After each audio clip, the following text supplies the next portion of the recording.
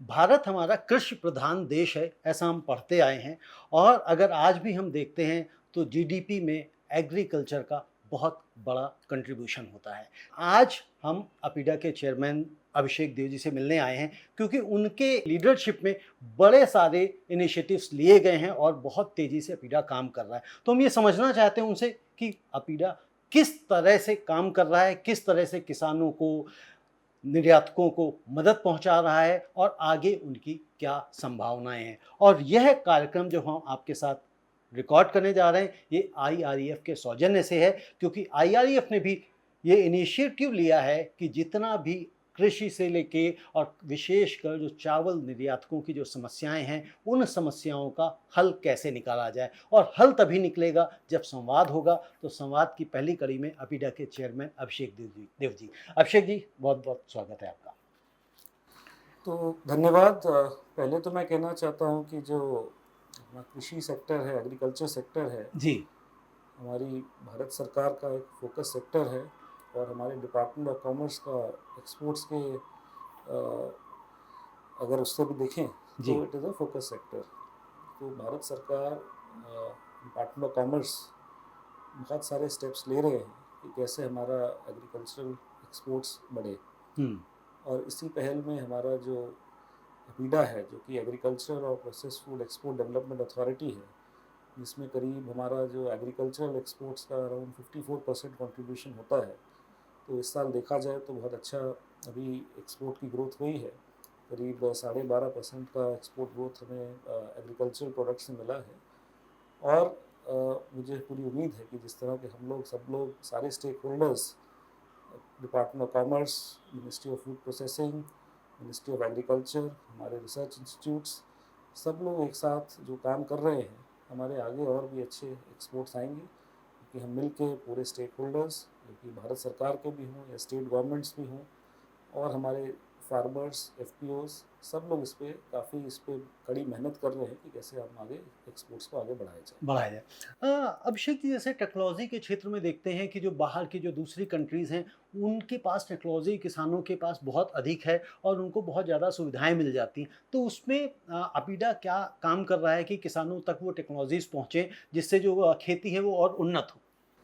नहीं, भारत में भी अगर आप बोलें तो राइस में हमारा बहुत अच्छा, अगर राइस की अगर मैं स्पेसिफिकली बात करूं या और जी। भी एग्रीकल्चरल प्रोडक्ट्स की बात करूं तो हमारे टेक्नोलॉजीज़ में हम बिल्कुल आगे हैं।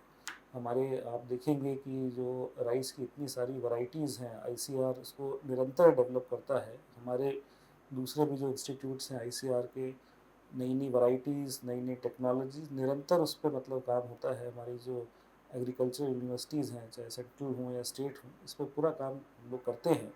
और दिन प्रतिदिन हम देखते हैं कि लेटेस्ट जो भी टेक्नोलॉजीज़ हैं वो पूरे प्रोडक्शन मेथड्स को उसमें इम्प्लीमेंट करा जा रहा है। इसीलिए हमारा जो प्रोडक्शन है, आप देखेंगे कि रिकॉर्ड प्रोडक्शन अभी आया है हमें, सारे हमारे क्रॉप्स का। हाँ और बिल्कुल, आगे अभी भी। शायद $12 बिलियन जी। क्रॉस किया है। जी। जी। जी। अभिषेक जी, एक और बात, जैसे जो चावल निर्यातक है, जैसे आपने स्पेशली राइस इंडस्ट्री की बात करी और जो हम बात कर रहे हैं आईआरईएफ के सौजन्य से बात कर रहे हैं, तो जो निर्यातकों को जो समस्याएं आ जाती हैं कई बार, चाहे लॉजिस्टिक्स को लेके हो जाए और बड़ी सारी समस्याएं, तो उनको अपिडा कैसे एड्रेस कर सकता है, कैसे सुलझा सकता है, क्या सॉल्यूशंस प्रोवाइड कर सकता है कि एक प्लेटफॉर्म पे आके, क्योंकि अल्टीमेटली तो सभी विन विन सिचुएशन जब बनेगी तभी हमारे देश का फायदा होगा। बिल्कुल। तो जैसे जो आपने भी पहले बोला है कि संवाद बहुत ज़रूरी है और लाइन ऑफ कम्युनिकेशन। तो ट्रेड का मामला है और विश्व में परिस्थितियाँ बदलती रहती हैं और इश्यूज़ भी बदलते रहते हैं।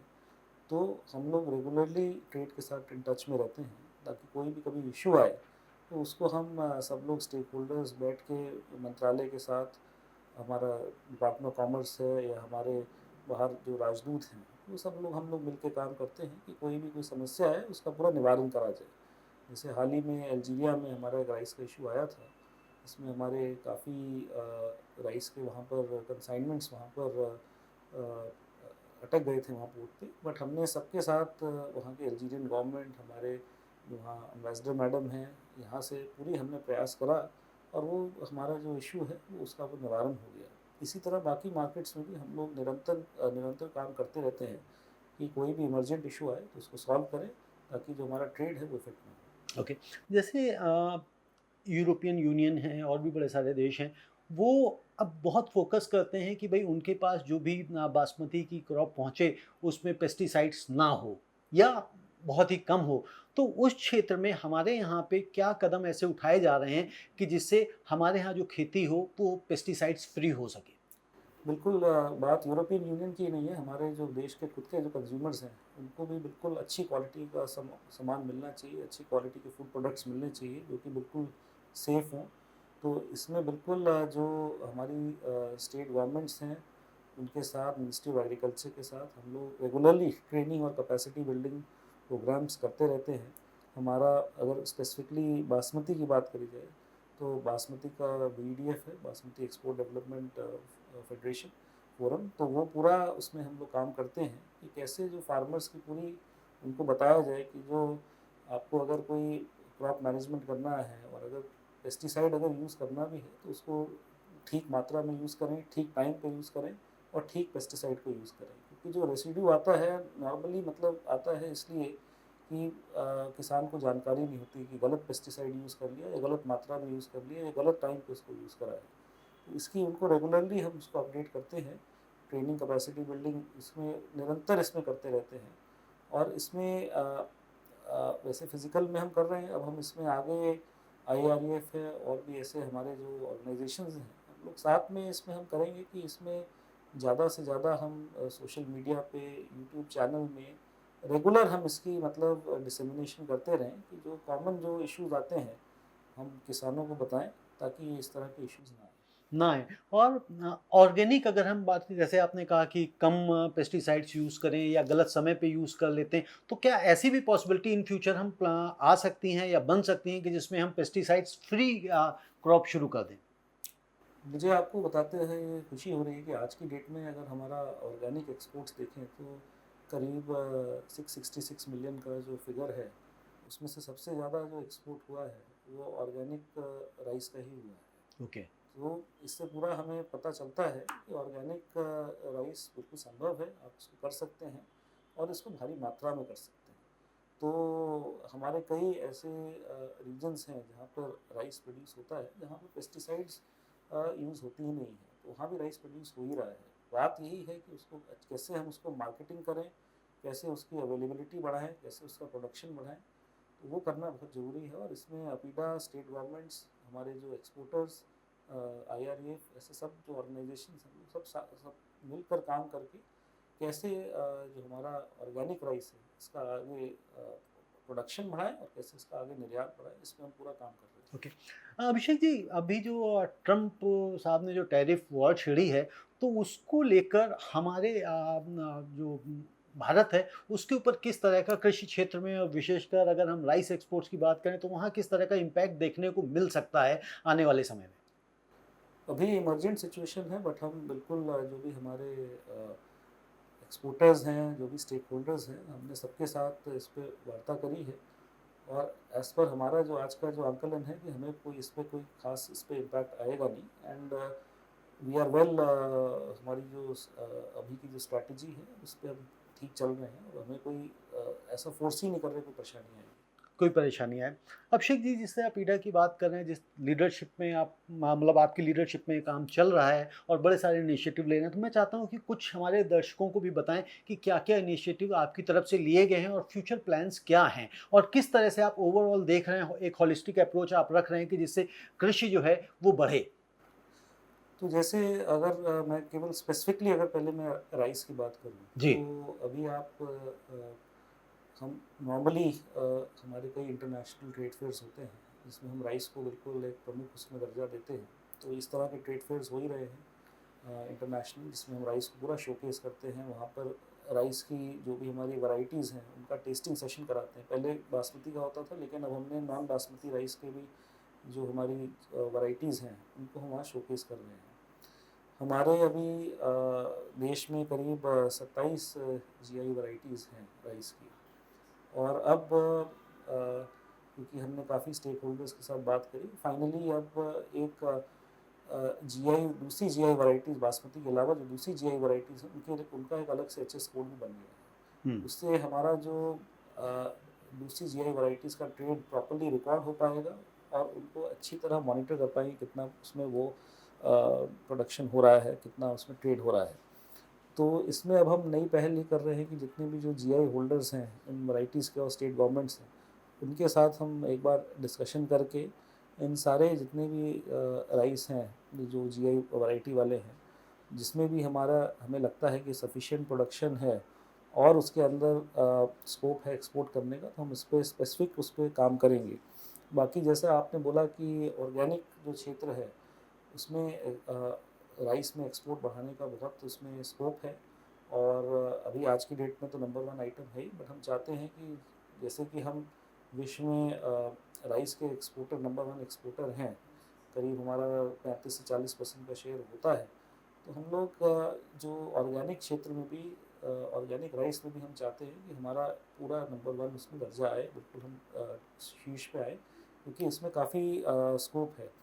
बाकी जो दूसरा इशू ये है कि जो मार्केट पेनिट्रेशन, तो उसमें हालांकि हमारा जैसा कि है ही पता ही है कि हम लोग नंबर वन है वर्ल्ड में in terms of rice exports, but कई मार्केट्स हैं जहाँ पर अभी काफ़ी स्कोप है कि हम अपना और भी पेनिट्रेशन उसमें कर सकते हैं। जैसे ईयू की मार्केट है, आसियान के कुछ देश हैं, फिलीपींस वगैरह है, वहाँ पर अभी हम लोग और एक्सपोर्ट कर सकते हैं। उसमें हम हमारा ये अभी इनिशिएटिव रहेगा कि हम कुछ ट्रेड डेलीगेशंस वहाँ लेकर जाएं, specifically in the ASEAN nation, तो वहाँ थोड़ा सा हम देखें कि किन मतलब वजह से वहाँ पर हम एक्सपोर्ट नहीं कर पा रहे, किस तरह की अपॉर्चुनिटीज़ हैं, उसको पूरा स्टडी करके हम आगे एक्सपोर्ट को बढ़ाएंगे। बाकी जो एक पहले भी इशू आया था क्वालिटी वाला, तो उसमें जो भी ट्रेनिंग एंड कैपेसिटी बिल्डिंग का जो हमें लगता है जहाँ पर और ज़्यादा जहाँ ज़रूरत है, तो उसमें हम और उसमें काम करेंगे।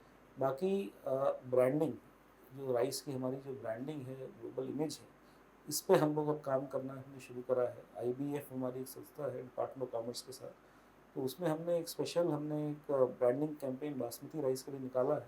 हम लोग काम कर रहे हैं कि जो हमारे दूसरे वैरायटीज़ भी हैं राइस की, उनकी भी हम एक ब्रांडिंग करें। हमने इंटरनेशनल राइस रिसर्च इंस्टीट्यूट है एरी, उसके साथ हमने कोलैबोरेशन करके हमारी जो अच्छी राइस की वैरायटीज़ हैं जिनका प्रोडक्शन अच्छा है और जिनके हेल्थ बेनिफिट्स बहुत अच्छे हैं, वो स्टडी करा ली है। और हमारा ये प्लान है कि जो भी इनके जो स्टडी में हमें अच्छे उनके बेनिफिट्स मिले हैं, उसको प्रॉपर्ली हम पब्लिसाइज़ करें, और ताकि प्रॉपर्ली इसको इन्फॉर्मेशन डिसेमिनेट हो डोमेस्टिक मार्केट और इंटरनेशनल मार्केट में, ताकि इनका प्रोडक्शन ज़्यादा हो और ज़्यादा एक्सपोर्ट हो। ज़्यादा एक्सपोर्ट हो। बिल्कुल सही बात कहा कि राइस की ब्रांडिंग भी ग्लोबली हमारी बहुत ज़रूरत है और वो अगर सरकार करेगी और आप लोग करेंगे तो शायद उसका बेनिफिट किसानों को भी मिलेगा और एक्सपोर्टर्स को भी मिलेगा। एक और अगर राइस एक्सपोर्टर्स की बात करें तो उनको एक बड़ा और चैलेंज आता है वेयर हाउस को लेकर।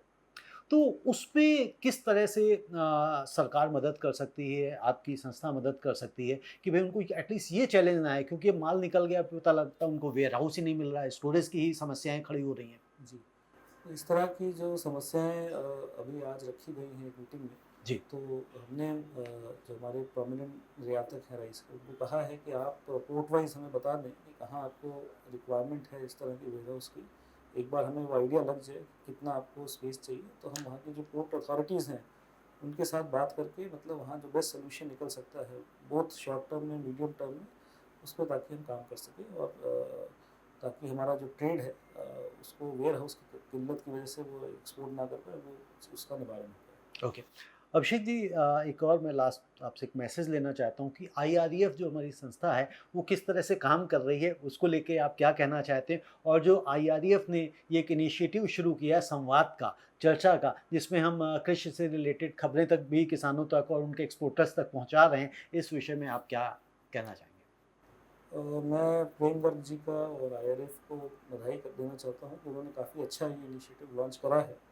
और इससे जो बात एक रखी गई थी कि इंफॉर्मेशन डिसेमिनेशन की क्वालिटी एस्पेक्ट्स, ये एक अच्छा माध्यम है। इससे ज़्यादा हमारे किसान भाई जुड़ पाएँ और उनको पूरी जानकारी मिले कि लेटेस्ट मार्केट कंडीशंस क्या हैं, बेस्ट प्रैक्टिसेस क्या है। अगर वो उससे जो भी भारत सरकार, स्टेट गवर्नमेंट्स के जो इनिशिएटिव हैं, उनको और बल मिलेगा। और जो मार्केट की इंटेलिजेंस इंफॉर्मेशन है, आईआरईएफ मैं देखता हूँ बहुत अच्छा वीकली बुलेटिन निकालता है उसको, जो कि पूरा वो डिसेमिनेट करते हैं पूरे स्टेक होल्डर्स के साथ कि मार्केट की कंडीशन क्या है, रेट्स वगैरह क्या है। तो उससे काफ़ी बेनिफिट मिलता है। तो मुझे पूरी उम्मीद है कि आगे भी हम लोग और अच्छा करेंगे, आईआईएफ और अच्छा करेगा।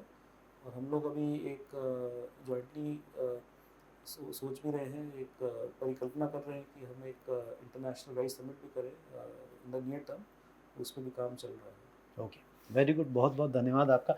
तो ये थे आज हमारे साथ में अपीडा के चेयरमैन अभिषेक देव जी। और आपके भी कोई सवाल हों तो आप लिख भेजिए हमें, और जिस भी अथॉरिटी के साथ हमें बात करनी होगी संवाद करेंगे और आप तक वह समाचार पहुंचाएंगे। बहुत बहुत धन्यवाद, नमस्ते।